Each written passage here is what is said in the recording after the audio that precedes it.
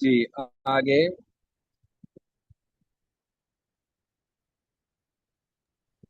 باب ما جاء في الطواف راكبا. وبه قال حدثنا بشر بن هلال الصواف قال حدثنا عبد الوارث وعبد الوهاب الثقفي عن خالد الحذاء عن إكرمة عن ابن عباس رضي الله عنهما قال طاف النبي صلى الله عليه وسلم على راحلته فإذا انتهى إلى الركن أشار إليه. وفي الباب عن جابر وأبي الطفيل وأم سلمة رضي الله عنهم قال أبو عيسى حديث ابن عباس رضي الله عنهما حديث حسن صحيح.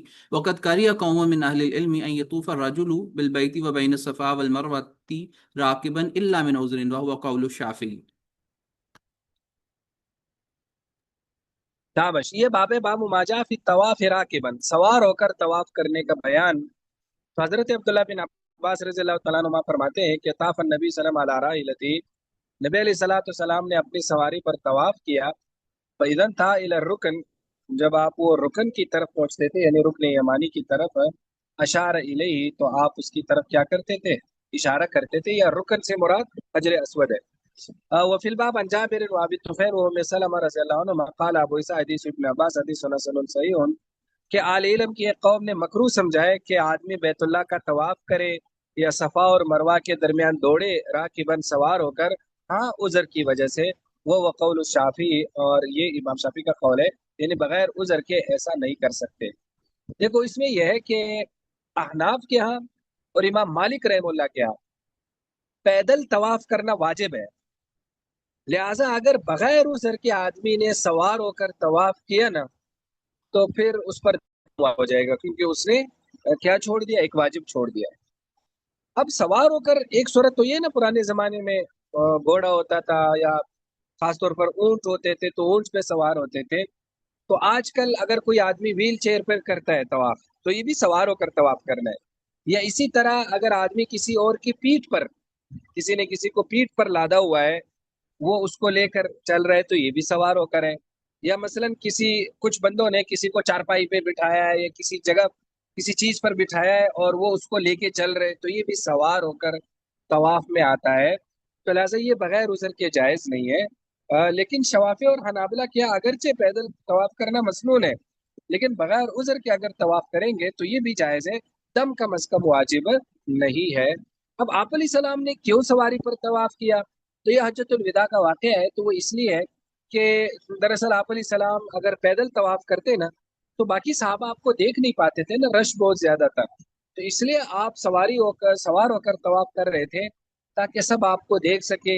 آپ سے کسی نے مسئلہ پوچھنا ہے تو وہ سب کے سامنے ہو کہ نبی علیہ السلام یہ ہے. تو اس عذر کی بنیاد پر آپ علیہ الصلوۃ والسلام نے سوار ہو کر طواف کیا.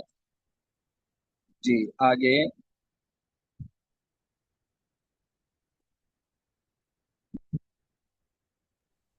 باب ما جاء في فضل الطواف. وبه قال حدثنا سفيان بن وكيع قال حدثنا يحيى بن اليماني عن شريك عن ابي اسحاق عن عبد الله بن سعيد بن جبير عن ابيه عن ابن عباس رضي الله عنهما قال رسول الله صلى الله عليه وسلم من طاف بالبيت 50 مرة خرج من ذنوبه كيوم ولدته امه. قال في الباب عن انس وابن عمر رضي الله عنهما قال ابو عيسى حديث ابن عباس رضی اللہ عنہ حدیث غریب سألت محمد عن هذا الحديث فقال انما يروي هذا عن ابن عباس رضی اللہ عنہ قوله. وبه قال حدثنا ابن ابي عمر قال حدثنا سفيان بن عيينة عن ايوب قال كانوا يعدون عبد الله بن سعيد بن جبير افضل من ابيه وله اخ يقال له عبد الملك بن سعيد بن جبير وقد روى عنه ايضا.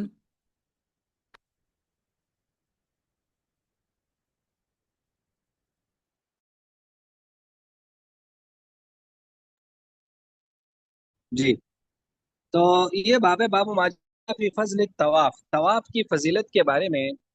تو حضرت سعید بن جبیر حضرت ابن عباس رضی اللہ تعالیٰ عنہ سے روایت کرتے کہ نبی علیہ السلام نے فرمایا من طاف بالبیت 50 مرتن، جس نے بیت اللہ کے 50 طواف کیے، 50 طواف کیے، 50 چکر لگائے، خرج من ذنوبی تو وہ گناہوں سے ایسے نکلا کیوم ولدت عمر، جیسے جس دن اس کی ماں نے اسے جنا. قال فی الباب عن انس وابن عمر رضی اللہ عنہما قال ابو عیسیٰ حدیث ابن عباس حدیث غریب. سألت محمد عن هذا الحدیث، کہ میں نے امام بخاری سے اس حدیث کے بارے میں پوچھا. فقال انما یروى ھذا عن ابن عباس، کہ ابن عباس سے مروی ہے، یعنی یہ ابن عباس کا قول ہے، مرفوع حدیث نہیں ہے، موقوف ہے۔ آگے پھر انہوں نے بیان کیا حدثنا ابن ابی عمر قال حدثنا سفیان ابن عیینہ عن ایوب قالوا كانوا يعدون عبد الله ابن سعید ابن جبیر افضل من ابی، کہ یہ جو سعید بن جبیر کے صاحبزادے ہیں عبداللہ، یہ ان کے والد سے بھی لوگ ان کو پسند کرتے تھے، افضل جانتے تھے۔ ولو اخن، اور ان کا ایک بھائی تھا جن کا نام ہے عبد الملک بن سعید بن جبیر، وقد روا عنہ ایضا، اور ان سے بھی یہ بات کیا ہے، مروی ہے۔ تو دیکھو طواف ظاہر ہے بہت زیادہ یعنی ایک بہترین قسم کی عبادت ہے، تو اس لیے جب جس انسان کو اللہ تعالیٰ عمرے کا موقع دے، حج کا موقع دے، تو جتنے طواف انسان کو چاہیے تو اس کو وہ ہے کہ کرنے چاہیے۔ جی آگے۔ استاد جی، طواف ایک چکر کو کہتے ہیں یا 7 چکر مل کے ایک طواف بنتے ہیں؟ ایک لفظ اشواط کا بھی پیچھے گزرا تھا نا؟ بالکل، یہ طواف وہ 7 چکر والے کو ایک طواف کہتے ہیں، ٹھیک ہے۔ جب وہ جو چکر ہم لگاتے ہیں نا اس کو شوط کہتے ہیں، شوط۔ تو 7 اشواط سے مل کر ایک طواف بنتا ہے، ٹھیک ہے۔ تو لہٰذا یہ 50 طوافوں کا ذکر ہے، تو بظاہر یہی لگتا ہے کہ اس میں کیا ہے، یہ اشواط مراد نہیں ہے بلکہ طواف مراد ہے، کیونکہ طواف جو ہے نا یہ ایک ٹرم ہے۔ طواف دراصل 7 چکروں کو کہتے ہیں، ٹھیک ہے۔ تو 7 چکروں سے مل کے ایک طواف بنتا ہے۔ سر جی آج کل تو وہ طواف کے مزے ہی ختم ہو گئے ہیں، اب تو وہ اوپر کرنا پڑتا ہے اور یہ وہ آپ ایک ذرا اس کو ذرا دیکھیں انہوں نے کیا لکھا ہوا ہے، ذرا اس کو اوپر کریں، 1 منٹ میں آپ کا سوال لیتا ہوں، معذرت۔ یہ انہوں نے کیا لکھا ہوا ہے، منطاف بالبیت 50 مرہ حقا المحب التبری عن بازم انه المراد بالمرة الشوط ورد وقال المرة 50 سبوعا وقد روا ورد كذلك في رواية الطبراني في الأوسط وليس المراد أن يأتي بها متوالية في عين الواحد۔ تو لہٰذا یہ انہوں نے اس کو پھر رد کر دیا، ٹھیک ہے۔ تو یہاں بھی انہوں نے اسی طرف اشارہ کیا کہ یہاں طواف مراد ہے، شوط مراد نہیں ہے۔ سمجھ میں آ گیا؟ جی۔ اور استاد جی، عمرہ میں ایک طواف ہی یعنی کرنا ہوتا ہے اور پھر اس کے بعد صحیح کرنی ہوتی ہے، یا عمرے میں 7 طواف کرنے ہوتے ہیں، یعنی ساتھ دیکھو ساتھ؟ انہوں نے کیا کیا جب ہم عمرہ کے لیے داخل ہوتے ہیں استاد جی، تو ہم 7 چکر لگا کے اور ایک طواف کر کے اور پھر اس کے بعد صحیح کے لیے جاتے ہیں، یا 7 طواف کرنے ہوتے ہیں، یعنی 7 × 7 49 چکر لگانے ہوتے ہیں؟ وہ نہیں، نہیں 7 چکر لگانے ہیں اللہ کے بندے، ایک طواف کرنا ہوتا ہے، ایک طواف ہے اور ایک سعی ہے، یعنی سعی میں بھی 7 چکر لگانے اور وہ طواف میں لکھا بھی ہے 7 چکر لگانے۔ سمجھ میں آ گیا؟ جی جی، وہ پھر غلط العام میں 7 طواف کہہ دیتے ہیں، اصل میں 7 اشواط ہی ہوتے ہیں۔ 7 7 چکر اشواط ہو کہتے ہیں گئے، جی زبیر جی بھائی۔ بالکل، 7 چکر کہہ دیں، 7 چکر، بس ایک طواف میں نے کیا، یوں کہنا چاہیے میں نے ایک طواف کر لیا، جی ٹھیک ہے، یعنی 7 چکروں کو ایک طواف۔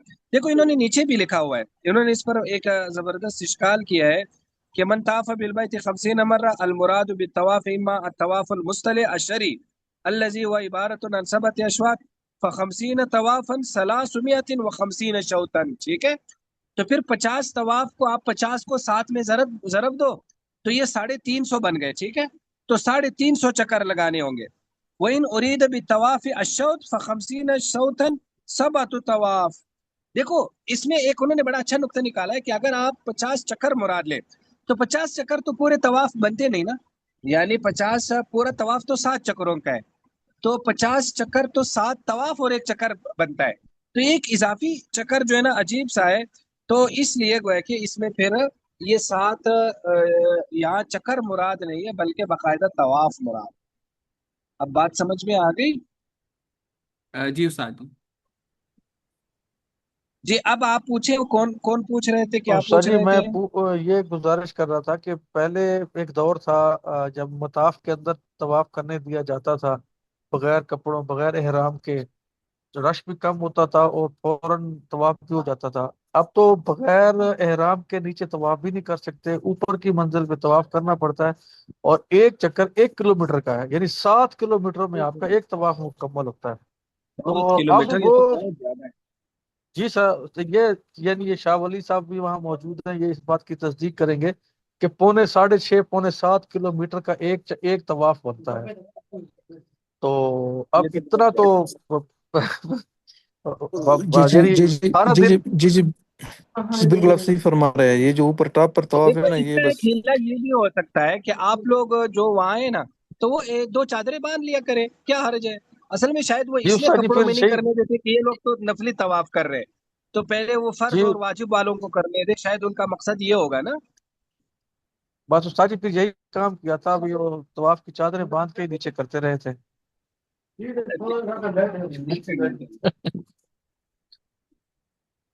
جی پڑھے آگے۔ ایکسکیوز می سر، یہ جو جی طواف ہے نا پوچھیں۔ وہ حجر اسود سے شروع کرتے ہیں اور حجر اسود پہ ختم آ کے تو وہ ایک چکر پورا ہو جاتا ہے، لیکن جب ہم صحیح کرتے ہیں نا تو صحیح میں صفا سے مروہ کی طرف جاتے ہیں تو وہ ایک چکر کاؤنٹ ہوتا ہے، پھر مروہ سے جب صفا کی طرف آتے ہیں تو دوسرا، وہ آدھا کلومیٹر ہے.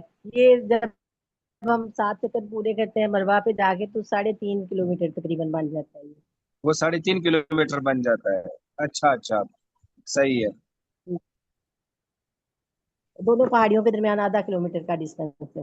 ہاں بالکل آدھا کلومیٹر، ٹھیک ہے، تو وہ بھی کافی زیادہ ہے، 3.5 کلومیٹر بھی ویسے تھوڑا نہیں ہے، اچھا خاصا ہے ویسے۔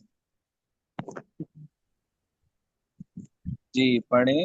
باب ما جاء في الصلاة بعد العصر وبعد المغرب وفي الطواف لمن يطوف وفي نسخة بعد الصبح بدل قول بعد المغرب والصواب بعد الصبح. وبه قال حدثنا ابو عمار وعلي بن خشرم قال حدثنا سفيان بن عيينة عن ابي زبير عن عبد الله ابن باباها عن جبير بن مطعم رضي الله عنه ان النبي صلى الله عليه وسلم قال يا بني عبد مناف لا تمنعوا احدا طاف بهذا البيت وصلى أية ساعة شاء من ليل أو نهار. وفي الباب عن ابن عباس وأبي ذر رضي الله عنهم.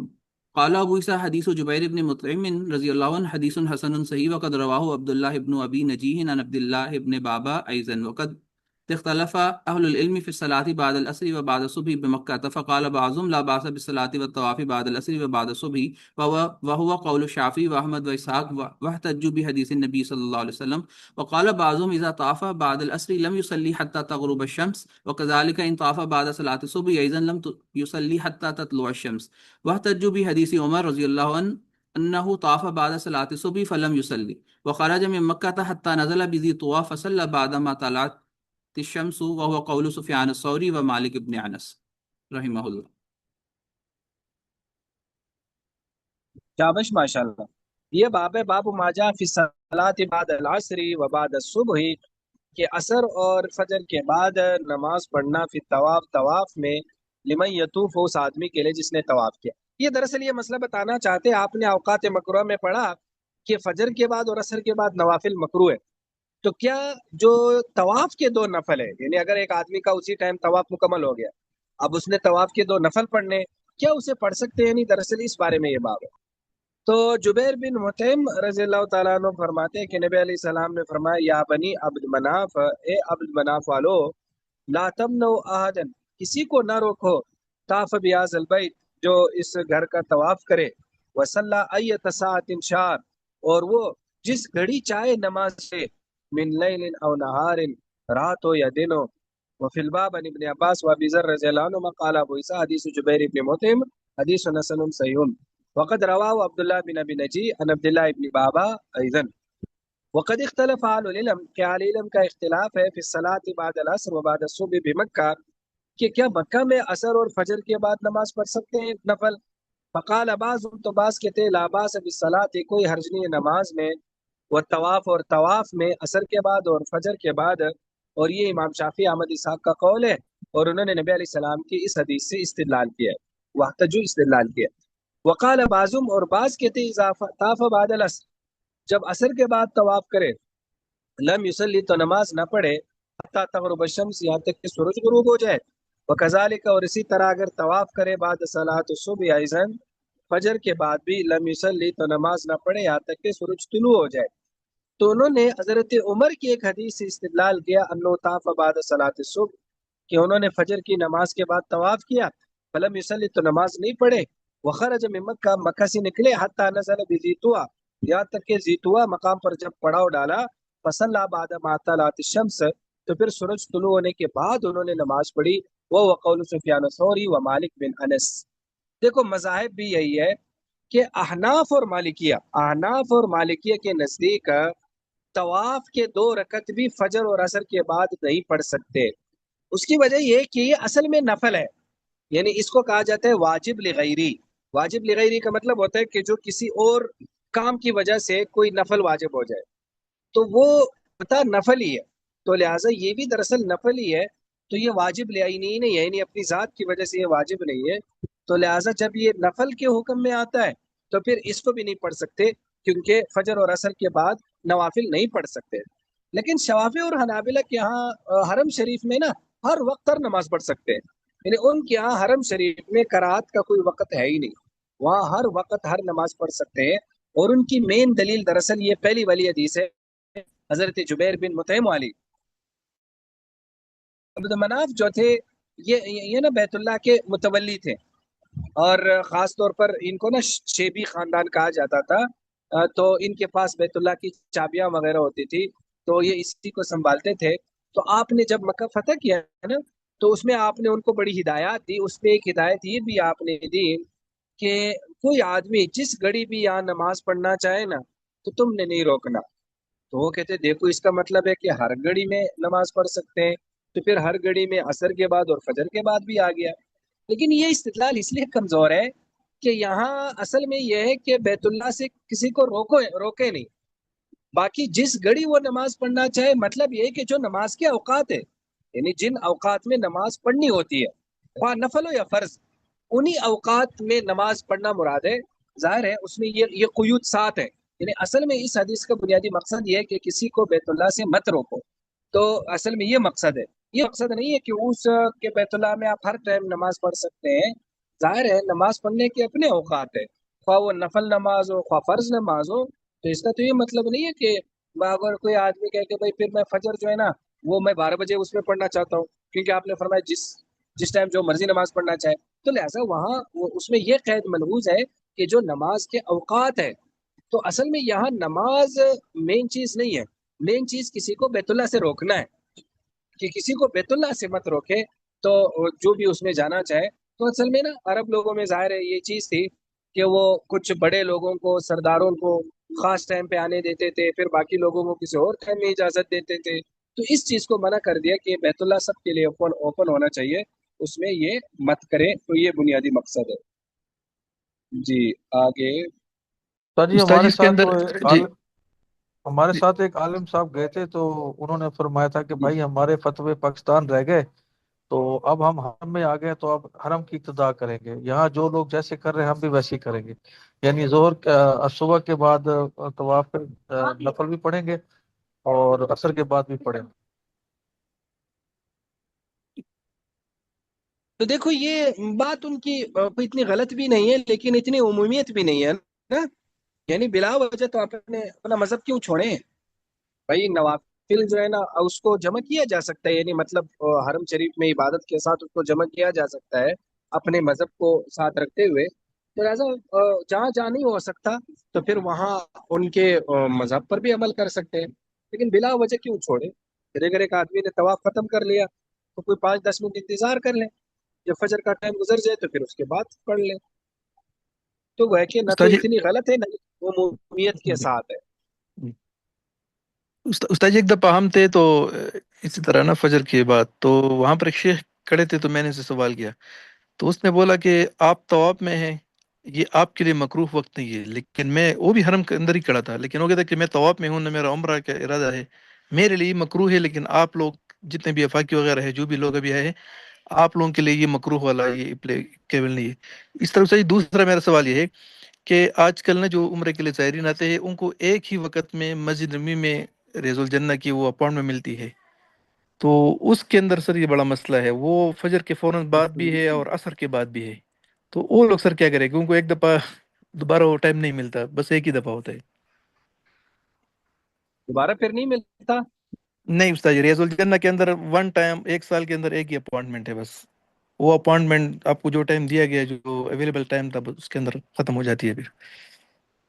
دیکھو اب اس کو تھوڑا سا یوں دیکھیں، اب ایک تو یہ ہے کہ بندہ ایموشنل ہو کر کے بھائی ایک ٹائم ملا ہے تو پڑھ لوں، بات اپنی جگہ پر یہ ایموشنز ٹھیک ہے، لیکن ظاہر ہے ہم نبی پاک صلی اللہ علیہ وسلم کے پاس گئے ہیں، ان کے در میں ہم نے حاضری لگائی ہے، تو پھر اگر ان کے دین کو اپناتے ہوئے ہم ان کے حدیث کی وجہ سے ہی نوافل چھوڑ رہے تھے، تو یہ بھی اطاعت رسول ہی ہو گیا نا.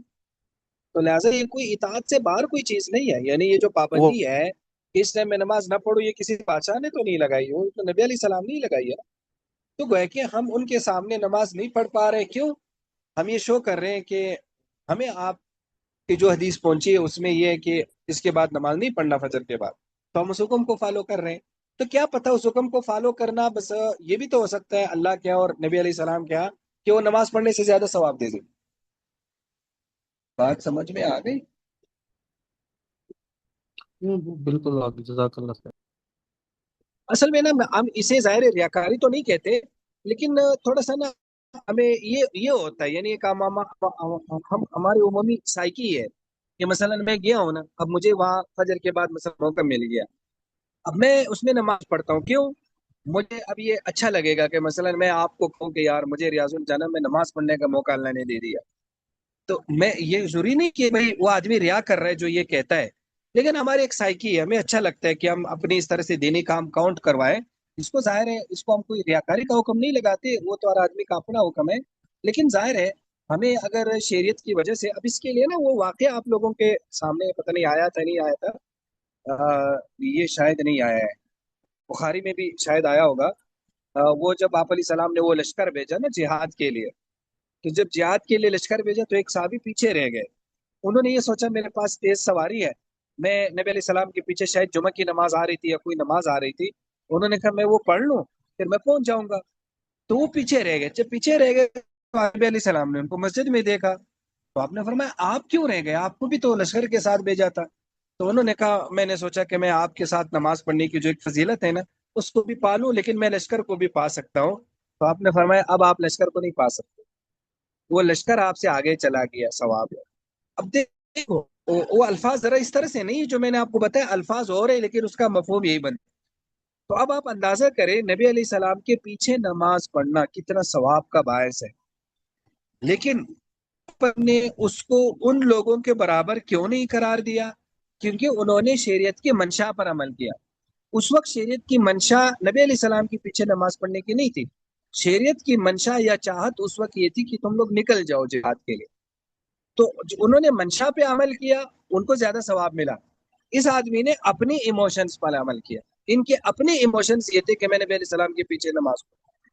تو دیکھو کبھی یہ بھی ہوتا ہے کہ ہمارے اپنے ایموشنز اور شریعت کی منشا آپس میں ٹکراتی ہے. تو جو ہمارے اپنے ایموشن ہوتے ہیں وہ بھی شریعت کا ہی کوئی حکم ہوتا ہے، ایسا نہیں ہوتا کہ وہ شریعت سے باہر ہوتا ہے، لیکن اس میں ہمارے ایموشنز کو دخل ہوتا ہے زیادہ. تو ہمیں اس موقع پر شریعت کی منشا کو سامنے رکھنا چاہیے، وہ زیادہ اہم ہے. جیسے مثلا مثال دی جاتی ہے کہ جیسے ایک آدمی جو ہے نا اس کو مثلا بیت اللہ میں گیا ہے، تو اب فرض نماز کا ٹائم ہے. اب وہ فرض نماز کے ٹائم میں مثلا ایک امیجن کر لیں کہ وہ فرض نماز نہیں پڑھتا، وہ کہتے ہیں میں نے طواف کرنا ہے، بھائی طواف پتہ نہیں مجھے پھر موقع ملے گا نہیں ملے گا. تو ظاہر ہے وہ آدمی غلط کر رہا ہے، وہ فرض نماز کیوں چھوڑ رہا ہے؟ تو شریعت کے حکم یا ہر چیز کا ایک حکم ہوتا ہے، ایک وقت ہوتا ہے، ایک منشا ہوتی ہے، ایک درجہ ہوتا ہے. تو اصل فقاہت یا اصل دینداری ہے کہ ہم ان چیزوں کو فالو کریں. تو لہٰذا اگر اس میں ریاض الجنہ میں ہم شریعت کی منشا کو فالو کریں کہ میں نماز نہیں پڑھ رہا کیونکہ یہ مکروہ ہے، تو شاید اس میں ہمیں زیادہ ثواب ملے منشا پر عمل کرنے. بات سمجھ میں آ گئی یا نہیں آئی؟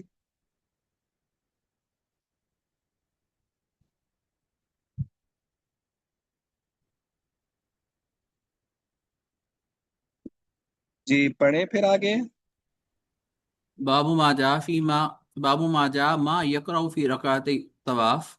وبه قال حدثنا أبو مصعب قراءة عن عبد العزيز بن عمران عن جعفر بن محمد عن أبيه عن جابر بن عبد الله رضي الله عنهما أن رسول الله صلى الله عليه وسلم قرأ في ركعتي الطواف بسورة الإخلاص قل يا أيها الكافرون وقل هو الله أحد.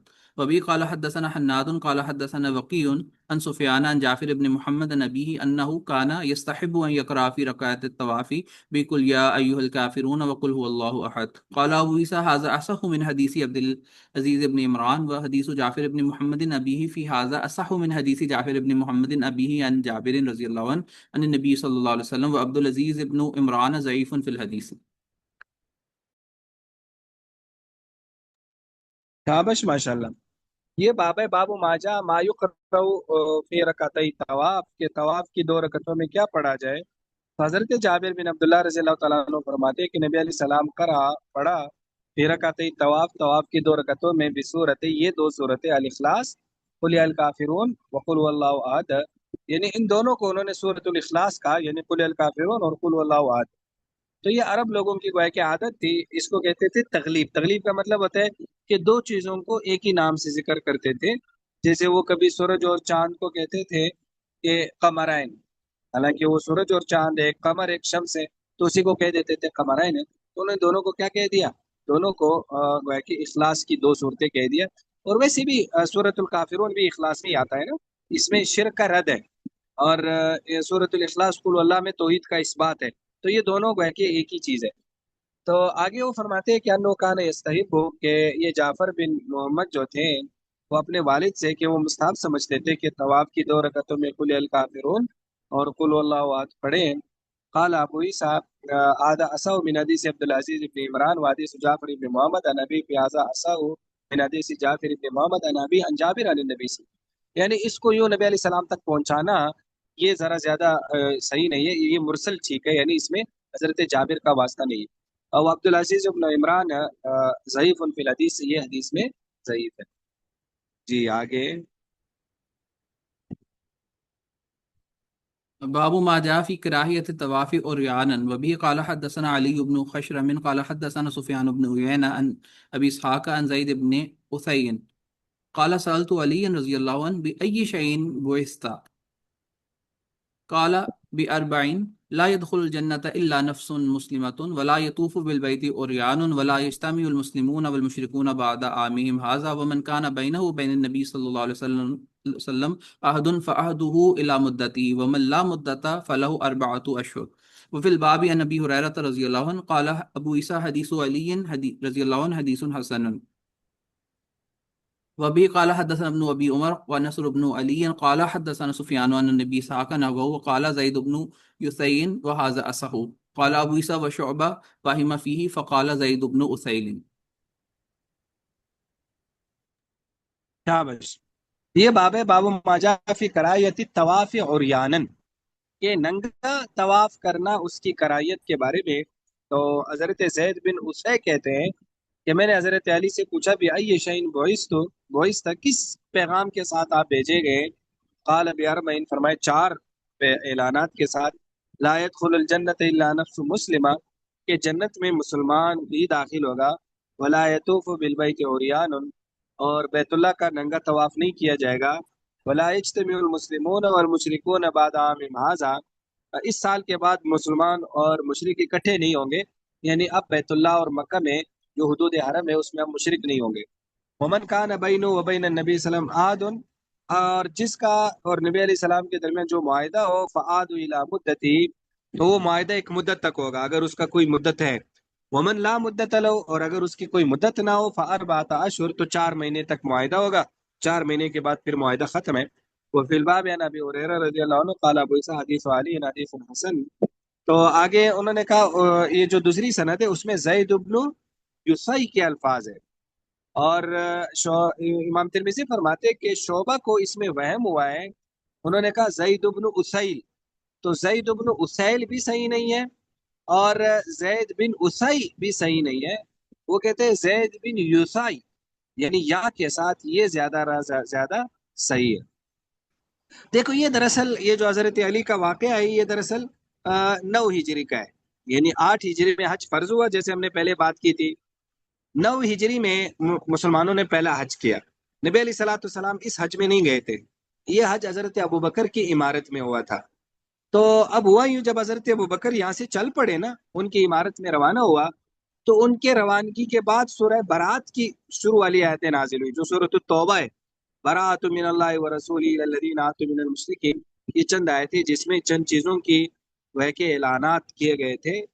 تو پھر آپ علیہ السلام نے پیچھے حضرت علی کو بھیجا اور حضرت علی سے کہا کہ آپ نے نا مینا کے دنوں میں یہ اعلان کرنے ہیں، کیونکہ مینا میں سارے لوگ مقیم ہوتے ہیں اور وہاں ذرا تسلی کے بھی ٹائم ہوتا ہے، کوئی اور کام نہیں ہوتا شیطان کو کنکریاں مارنے کے علاوہ.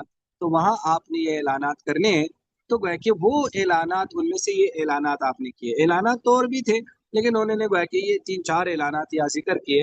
ایک تو جو مشرکین مکہ جو تھے نا وہ ننگا طواف کرتے تھے. وہ کہتے تھے کہ ہمارے جو روزی روٹی ہے نا وہ حرام سے ہیں، تو ہمارے کپڑے جو ہے نا یہ حرام کے ہیں، تو ہم نا بغیر کپڑوں کے طواف کریں گے تاکہ حرام چیز کے ساتھ طواف نہ ہو. اب یہ عجیب ہے، بھائی جسم بھی تو اسی حرام چیز کے ساتھ ہی پلا ہے، پھر جسم کے ساتھ کیوں طواف کر رہے ہیں؟ تو خیر یہ انہوں نے اپنی طرف سے کچھ چیزیں نکالی ہوئی تھی، اور کچھ یہ بھی مثلا یہ اعلان کیا کہ یہاں سے ہم مشرکین نکل جائیں، اور جن کا نبی علیہ السلام کے ساتھ معاہدات تھے تو اگر کسی معاہدے کا کوئی وقت مقرر ہے تو وہ تو اسی ٹائمنگ تک ہوگا، اور جو ابد تک ہے یعنی جس کا کوئی ٹائم مقرر نہیں ہے تو اس میں کہا 4 مہینے اس معاہدے کا ٹائم ہے، اس کے بعد معاہدہ ختم ہو جائے گا. تو یہ تو خیر حضرت علی کا اس دور کا یہ واقعہ انہوں نے بیان کیا. باقی یہ بات کہ طواف میں ستر عورت جو ہے نا اس کی کیا حکم ہے، تو ائمہ ثلاثہ کے نزدیک ستر عورت جو ہے نا یہ شرط ہے. یعنی اگر طواف میں جو ہے نا ستر عورت کے بغیر کوئی آدمی طواف کرے گا تو ائمہ ثلاثہ کے نزدیک اس کا طواف ہی نہیں ہوا، وہ طواف دوبارہ کرے گا. لیکن احناف کیا یہ ستر عورت واجب ہے، یعنی یہ شرط میں داخل نہیں ہے. تو لہٰذا اگر کسی آدمی نے ستر عورت کے بغیر طواف کیا تو ہمارے نزدیک دم واجب ہو جائے گا اور اس دم سے اس کی تلافی ہو جائے گی. تو یہ گویا کہ ہم اس کو یوں کہتے ہیں. جی آگے.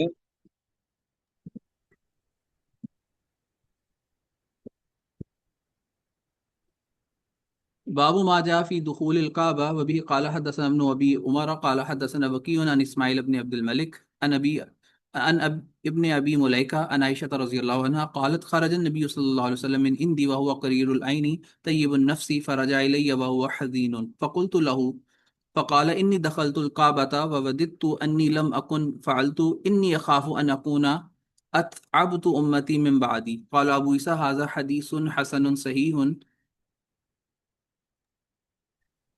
سبحان اللہ سبحان اللہ، عجیب حدیث ہے کہ یہ دخول کعبہ کے بارے میں حضرت عائشہ فرماتی ہے کہ خرج النبی صلی اللہ علیہ وسلم من عندی، نبی علیہ السلام میرے پاس سے چلے گئے، وہ ہوا قریر العین، آپ کی آنکھیں ٹھنڈی تھی یعنی پرسکون تھے، طیب النفس، آپ کا دل جو ہے نا وہ خوش تھا، یعنی مطلب ہے حشاش بشاش تھے.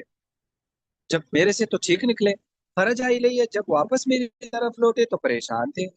فقلت له، میں نے کہا کیا ہو گیا؟ فرمایا انی دخلت الکعبہ، میں بیت اللہ کے اندر گیا. یہ حجۃ الوداع کی بات ہے. فرمایا وہ ودیت تو، اور اب میں یہ میری خواہش ہے کہ میں نہ کرتا یہ تو اچھا تھا. کیوں؟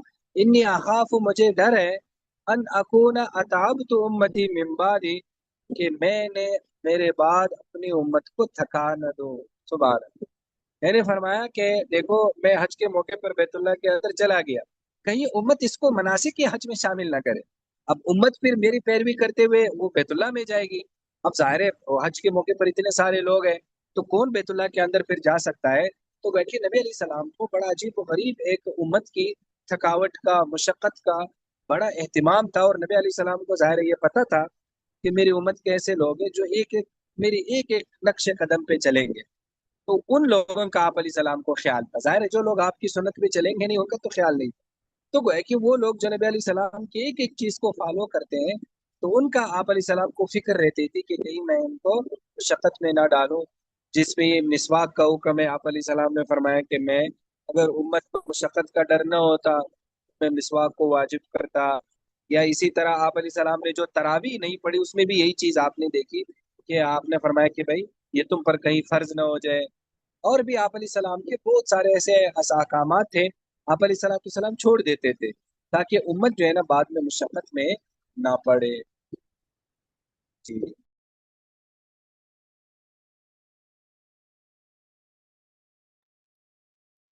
باب ما جاء في الصلاة في الكعبة وبه قال حدثنا قتيبة قال حدثنا حماد بن زيد عن عمرو بن دينار عن ابن عمر رضي الله عنهما عن بلال رضي الله عنه أن النبي صلى الله عليه وسلم صلى في جوف الكعبة. قال ابن عباس رضي الله عنهما لم يصلي ولكنه كبر. وفي الباب عن أسامة بن زيد والفضل بن عباس وعثمان بن طلحة وشيبة بن عثمان رضي الله عنهم. قال ابو عيسى حديث بلال رضي الله عنه حديث حسن صحيح والعمل عليه عند اكثر اهل العلم لا يرون بالصلاه في الكعبه بأسا. وقال مالك بن انس رحمه الله لا بأس بالصلاه النافله في الكعبه وكره ان يصلي المكتوبه في الكعبه. وقال الشافعي رحمه الله لا بأس ان يصلي المكتوبه ولا التطوع في الكعبه لان الحكم النافله والمكتوبه في الطهاره والقبله سواء.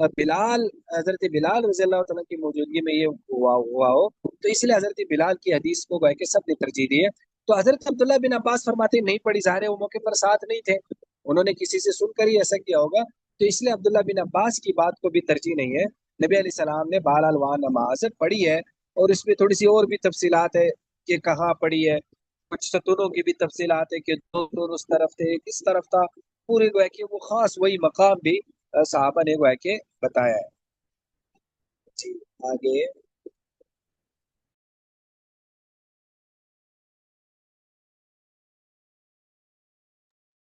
باب ما جاء في كسر القعبة وبه قال حدثنا محمود بن غيلان قال حدثنا أبو داود عن شعبة عن أبي إسحاق عن الأسود بن يزيد أن ابن زبير رضي الله عنهما قال لو حدثني بما كانت تفضي إليك أم المؤمنين يعني عائشة رضي الله تعالى عنها، فقال حدثتني أن رسول الله صلى الله عليه وسلم قال لها لولا أن قومك حديث عهد بالجاهلية لهدمت الكعبة وجعلت لها بابين، فلما ملك ابن زبير رضي الله عنهما زبير رضي الله عنهما حدمها وجعل لها بابين. قال أبو عيسى هذا حديث حسن صحيح.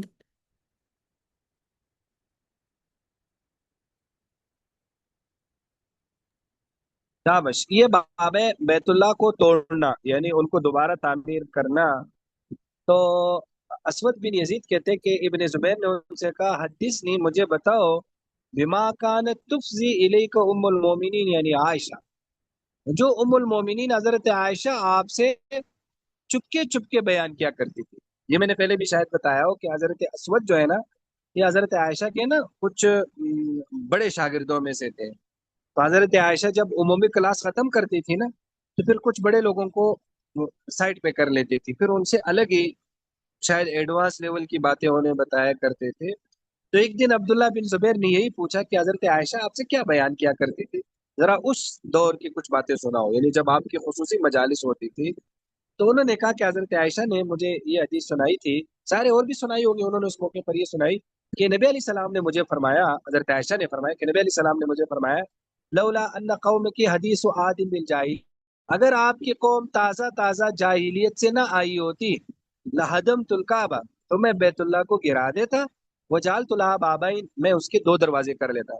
فلما ملک ابن زبیر، جب ابن زبیر بادشاہ بن گئے، ہدما، تو اس کو گرا دیا، وجعل لها بابین، اور اس کے دو دروازے بنائے۔ قال ابو عیسیٰ ھذا حدیث حسن صحیح۔ دیکھو اس کو تھوڑا سا سمجھے، آپ نے یہ پڑھا بھی ہوگا لیکن دوبارہ بھی اس کو سمجھے کہ شروع میں کہا جاتا ہے کہ جو بیت اللہ کی شکل تھی نا، وہ دائیں پاؤں کی شکل کی طرح تھی۔ دائیں پاؤں کی شکل کی مراد یوں سمجھ لو کہ جو انگوٹھا ہے اس کی جگہ کہے گا حجر اسود ہے، اور جو چھوٹی انگلی ہے اس کی جگہ رکن یمانی ہے، اور پیچھے پھر حتیم آتا ہے۔ حتیم کو ایڑی کی طرح گول بنایا گیا تھا، اور بیت اللہ کے دو دروازے لگائے گئے تھے، ایک سے لوگ داخل ہوتے تھے، دوسرے سے نکلتے تھے۔ تو یہ بیت اللہ کی اصل شکل تھی۔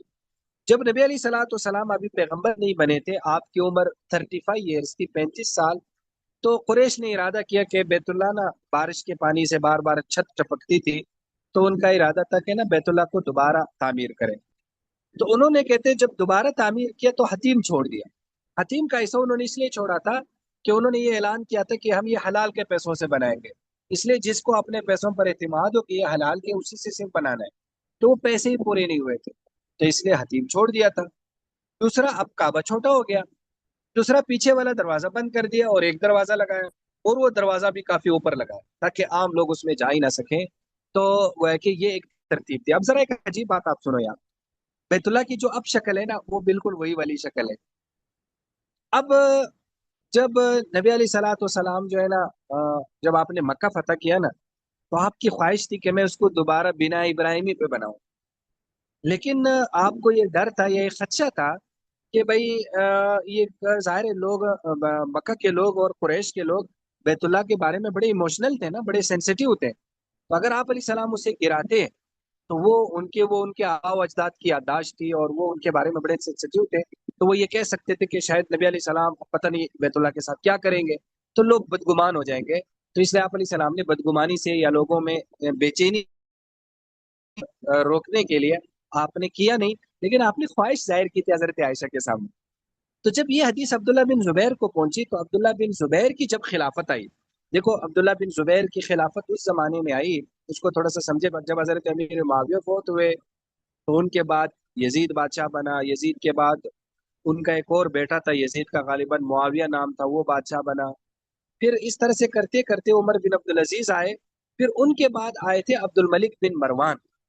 تو جب عبد الملک بن مروان خلیفہ بنے تھے تو اسی زمانے میں عبداللہ بن زبیر نے اپنی خلافت قائم کی تھی حجاز میں. حرمین شریفین میں ان کی خلافت تھی عبداللہ بن زبیر کی. اور پھر انہوں نے یہ عراق وغیرہ بھی فتح کیا تھا، یہ بھی عبداللہ بن زبیر کے ساتھ ہو گئے. تو اس زمانے میں دو خلافتیں تھی، ایک غالباً عبد الملک بن مروان کی تھی، ایک حضرت عبداللہ بن زبیر کی تھی. لیکن پھر عبد الملک بن مروان نے حجاج بن یوسف کے ذمے لگایا کہ آپ نے عبداللہ بن زبیر سے یہ علاقہ لینا ہے واپس. وہ اصل میں خود کو آفیشلی، وہ خود کو اپنی آئینی حکومت وہ خود کو تسلیم کرتے تھے کہ آئینی خلیفہ میں ہوں. اگرچہ یہ بھی ہماری سیاست کا ایک مسئلہ ہے کہ اس وقت آئینی خلافت کس کی تھی. کچھ لوگ کہتے ہیں عبداللہ بن زبیر آئینی خلیفہ تھے، یعنی شرعی خلیفہ تھے. کچھ لوگ کہتے ہیں عبدالملک بن مروان تھے. خیر یہ وہ اس کی بحث ہے. تو پھر حجاج بن یوسف نے جب حملہ کیا تو عبداللہ بن زبیر کو شہید کر دیا اور انہوں نے وہ مکہ ان سے لے لیا. تو پھر حجاج بن یوسف نے دوبارہ اس کو گرا دیا اور اس کو اسی آیت پر دوبارہ تعمیر کر لیا جو قریش نے زمانہ جاہلیت میں بنایا تھا. تو پھر بعد میں غالباً پھر پتہ نہیں کس کی پھر جب حکومت آئی تو غالباً عمر بن عبدالعزیز کی یا کس کی، شاید وہ پہلے آئے تھے یا بعد میں، کوئی ہارون خلیفہ تھے. رشید کے استاد جی. ہارون رشید کا تھا، صحیح ہے. تو اس طرح سے جب کوئی خلیفہ آئے تو انہوں نے سوچا کہ اس کو دوبارہ جو ہے نا نبی علیہ السلام کی خواہش کے مطابق بنایا جائے. تو پھر علماء نے فتویٰ جاری کر دیا کہ دیکھو تم بادشاہوں کا تو ظاہر ہے یہی کام ہوتا ہے کہ بھائی میری یادگار ہو جائے، تو کوئی اس کو کس طرح سے بنائے گا، دوسرا کس طرح سے بنائے گا. بیت اللہ کو اب نہیں چھڑا جائے گا. تو باقاعدہ اس کی گویا کہ اس کو حرام قرار دیا دینی ضرورت کی وجہ سے، تاکہ بیت اللہ یہ بادشاہوں کے کھیل کا حصہ نہ بنے. تو اب بیت اللہ اسی تعمیر پہ ہی گویا کہ قائم ہے.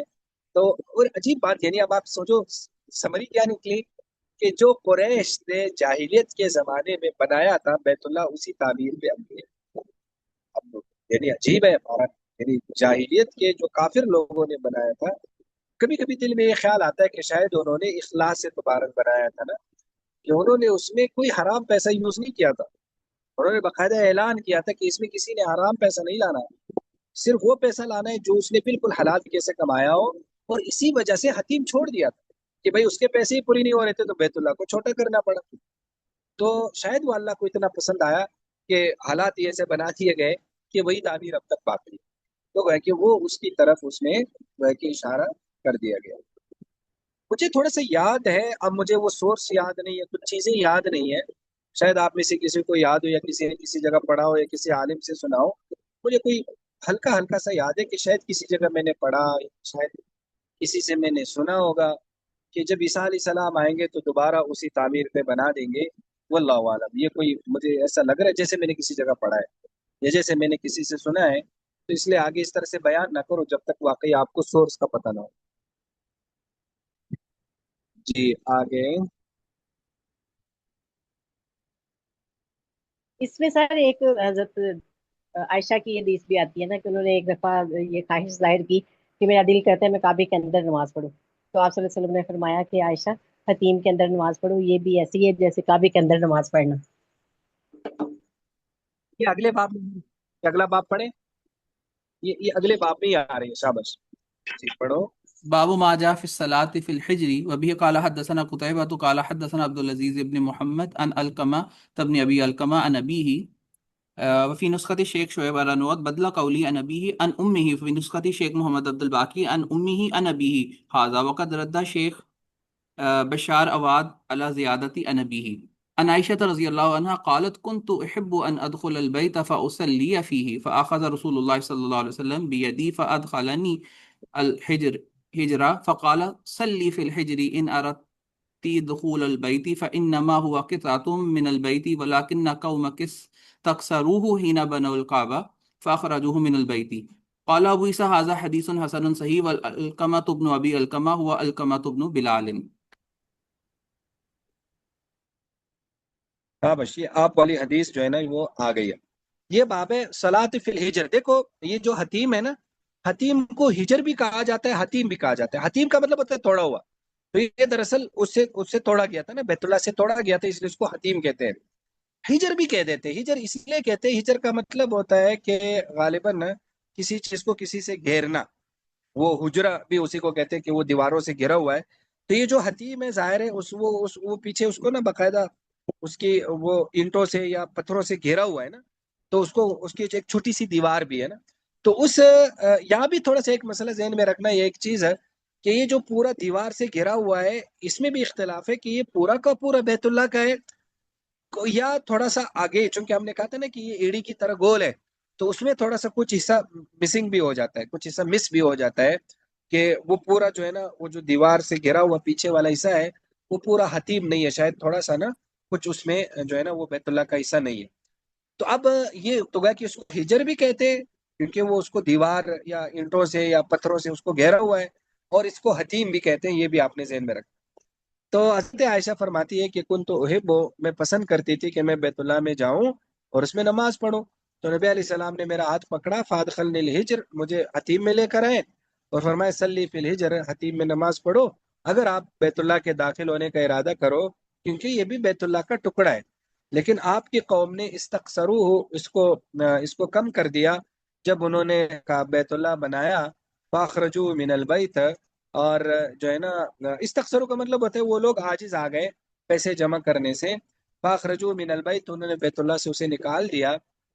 قال ابو عیسیٰ ھذا حدیث حسن صحیح والقمہ بن ابی القمہ ہوا القمہ بن بلال. اور شاید اللہ کی اس میں حکمت ایک یہ بھی ہوگی کہ تاکہ بیت اللہ کے اندر سب کو نماز پڑھنے کا موقع ملے، تو اس لیے وہ حتیم کو کھلا چھوڑ دیا ہے تاکہ جس کا بیت اللہ کے اندر اس کا دل کرے کہ وہ اندر جائے تو وہ حتیم میں چلا جائے. تو وہ ایسے ہی جس طرح وہ بیت اللہ کے اندر گیا ہے. یہ سمجھ میں آ گیا یا نہیں آیا؟ جی سر. اور سر حتیم کے نا 2 دروازے ہیں، دونوں طرف سے ایک انٹر ہو دونوں دوسرے سے طرف نکل دروازے. جائے، یا دونوں طرف سے لوگ آ سکتے ہیں اور نکل بھی سکتے صحیح ہے، دونوں طرف ہے. جی اب تو زبردست. تقریباً بند ہی ہوتا ہے سر جی، بالکل ہی بند ہوتا ہے، کوئی کسی کو بھی نہیں جانے حتیم کو دیتے، نہ بھی دن بند میں کیا نہ گیا ہے رات آج میں، کل. کسی بھی وقت نہیں جانے دیتے، بالکل نہیں، بند تو ہے. اس کی ٹائمنگ ہوتی ہے، صحیح نہیں کھولتے ہیں جان، سر جی، ٹائمنگ ہوتی ہے اس کی. وہ ٹائمنگ اس کی ہوتی ہے. ٹھیک ہے. اب کس یہاں چیز اصول فقہ کا ایک مسئلہ ہے کہ اگر کسی آدمی نے حتیم کی طرف منہ کر کے نماز پڑھا، حتیم کی طرف منہ اس طرح سے کہ وہ سائڈ پہ کھڑا ہو گیا، تو جو بیت اللہ کا پورا جو اصل بیت اللہ ہے اس کی دیوار وغیرہ ہے وہ اس کے دائیں طرف رہ گئی یا بائیں طرف، یعنی یا تو اس طرف سے کھڑا ہو گیا اس طرف سے، اور ڈائریکٹ حتیم کی طرف وہ نماز پڑھ رہا ہے، تو ہم احناف کیا اس کی نماز نہیں ہوتی. وجہ اس کی ہے کہ حتیم کا بیت اللہ ہونا یہ خبر واحد سے ثابت ہے، تو باقی جو بیت اللہ ہے اس کا بیت اللہ ہونا متواتر ہے نا. تو قرآن پاک میں ظاہر ہے یہ متواتر حکم سے ہی اس کی طرف ہم منہ کر کے نماز پڑھیں گے جس کا قبلہ ہونا متواتر ثابت ہو. اور وہ تواتر ظاہر ہے بیت اللہ کی اصل عمارت کے بارے میں حتیم سے تو اخبار احاد سے ثابت ہے. تو اس لیے ہمارے نزدیک اخبار احاد جو ہے نا وہ اس پر زیادتی جائز نہیں ہے، اور یہ ایک اصولی مسئلہ ہے. لیکن ائمہ ثلاثہ کے یہاں حتیم کی طرف بھی نماز پڑھ سکتے ہیں، لیکن ہمارے یہاں نہیں، اس میں نماز نہیں ہوتی اگر صرف حتیم کی طرف منہ کر کے نماز پڑھے گا. ہیں. جی کیا پوچھنا ہے؟ کچھ پوچھ تو نہیں رہے تھے؟ سر وہاں بھی جب صفیں بنتی ہیں تو وہ تو پھر کچھ تو بالکل حتیم کے سامنے آ جاتے ہیں لوگ. نہیں، حتیم کے سامنے آ تو جاتے ہیں، ہاں تو جاتے ہیں ویسے، لیکن سارے علماء ثلاثہ کیا اس پر عمل کرتے ہیں نا. ہمارے یہاں نہیں، تو کہ حنفی کو کوئی اسے اور چوائس رکنا بھی تو چاہیے. نہیں ہے اس کے علاوہ. تو اس طرح- جی میں نے کہا کوئی اور چوائس بھی تو نہیں ہے نا اس کے علاوہ، کیونکہ وہ صفیں تو انہوں نے بنانی ہے. چوائس نہیں ہے بالکل. ہاں، تو اس لیے وہ لوگ حتیم ظاہر ہے کیونکہ وہ تو حتیم کے پرے صفے بناتے ہیں. ٹھیک ہے، تو وہ گویا کہ کچھ لوگ ڈائریکٹ حتیم کی طرف ہو جاتے ہیں، تو جو تو حتیم کی دوسری طرف ہے بیت اللہ کی، ان کا تو منہ بیت اللہ کی طرف ہو گیا. جو حتیم کے سائڈوں پہ کھڑے ہیں نا ان کا منہ حتیم کی طرف ہو رہا ہے صرف نا. بس سارے 2-3 بندے ہی آ رہے ہوں گے، کوئی حتیم اتنا بڑا تو نہیں ہوگا نا سائڈوں سے.